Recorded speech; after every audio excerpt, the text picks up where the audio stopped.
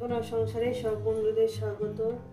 আজকে আমি রান্না করব বন্ধুরা পার্শে মাছ দিয়ে মুখি কচু, সিম, বেগুন দিয়ে পার্শে মাছের তরকারি বানাবো। এর জন্য নিয়ে নিয়েছি এখানে বেগুন, মুখি, গাঠি কচু, সিম, কাঁচা লঙ্কা, শুকনো লঙ্কা, আদা আর এখানে ভাজা পার্শে মাছ। এই আমার লেগেছে। রেসিপিটি শুরু করার আগে বলবো লাইক করবেন, শেয়ার করবেন। নতুন নতুন রেসিপি দেখতে গেলে চ্যানেলটাকে সাবস্ক্রাইব করে নেবেন। ঠিক যেভাবে খাই ঠিক আপনাদের সেইভাবে দেখাবো। চলুন রেসিপিটি শুরু করা যাক। বন্ধুরা, মিক্সারে বাটি নিয়ে নিয়েছি। এক এক করে আমি সব মশলাগুলো এখানে দিয়ে দেবো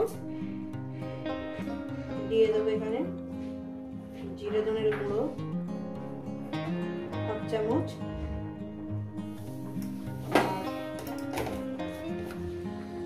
হলুদের গুঁড়ো হাফ চামচ, এটা হাফ চামচ, বড় চামচে হাফ চামচ দিয়ে দিলাম। এটা একটা মিহিটা পেস্ট বানিয়ে নেব। বন্ধুরা, গ্যাস ধরিয়ে দিয়েছি, কড়া আমি বসিয়ে দিয়েছি। কড়া আমার গরম হবে।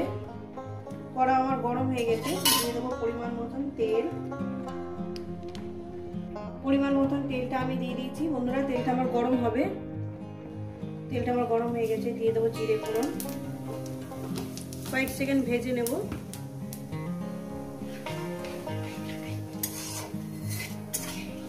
কয়েক সেকেন্ড ভাজাও হয়ে গেছে বন্ধুরা। দিয়ে দেবো এখানে গাঠি কচুগুলো। প্রথমে আমি গাঠি কচুটাকে ভেজে নেব মিনিমাম 5 মিনিট ধরে। আর এই ভাজার মধ্যে দিয়ে দেবো লবণ। পরিমাণ মতন লবণটা আমি দিয়ে দিলাম, একেবারে দিয়ে দিলাম বন্ধুরা, আর দেবো না, ওটাই আমার হয়ে যাবে।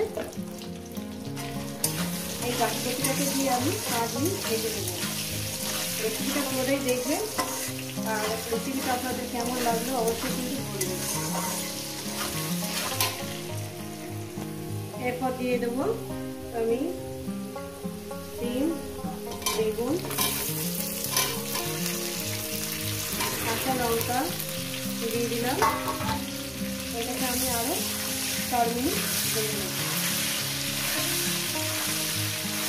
রেসিপিটা আপনাদের কেমন লাগছে অবশ্যই কিন্তু বলবেন। আমি এখানে আলু দিই। আপনাদের যদি মনে হয় যে আলু দিলে ভালো লাগে আলু দিন। বন্ধুরা, যত সুন্দর করে সবজিটাকে এইভাবে ভেজে নেবেন ততটাই খেতে সুন্দর হবে।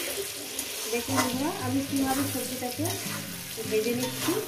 গ্যাস কিন্তু আমি মিডিয়ামে রেখেছি। গ্যাস কিন্তু আমি হাইতে দিইনি।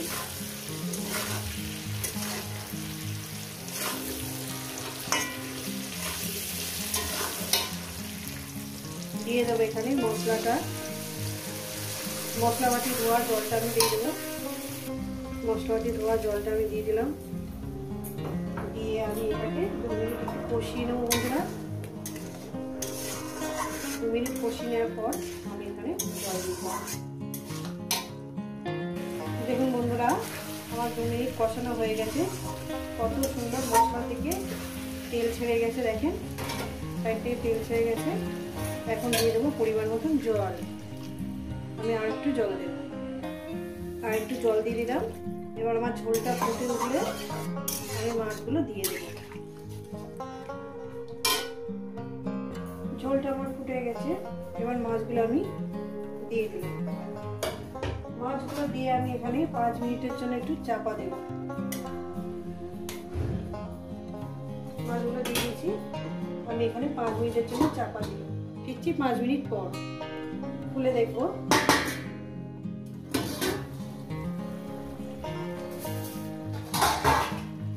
দেখেন বন্ধুরা, দারুণ সেমবেরিতে নুন, ঝাল ঝাল সবকিছু আমার পারফেক্ট ঠিক আছে।